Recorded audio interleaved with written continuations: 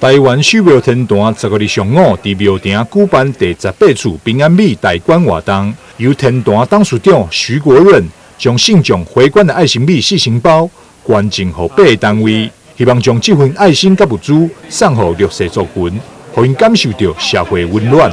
今日非常欢喜，台湾手庙天坛接到咱的信众大德的手，换因捐献足侪咱的迄个米，所以咱配合咱市政府的以米代金和各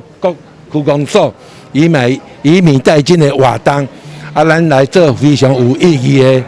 工作。到今日已经第18遍啦，所捐献的米拢总55172包，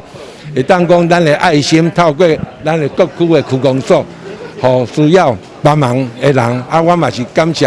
咱的信众大德。以咱这个足困难的时阵，疫情继续的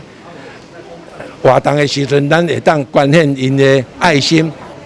中西区长汪信龙表示，台南是众神之都，以平安米取代传统烧金纸的方式，不但会当减少空气污染，嘛会当互弱势朋友得到实际帮助。即卖政府鼓励以米代金就是甲现金落去摕米来甲来拜拜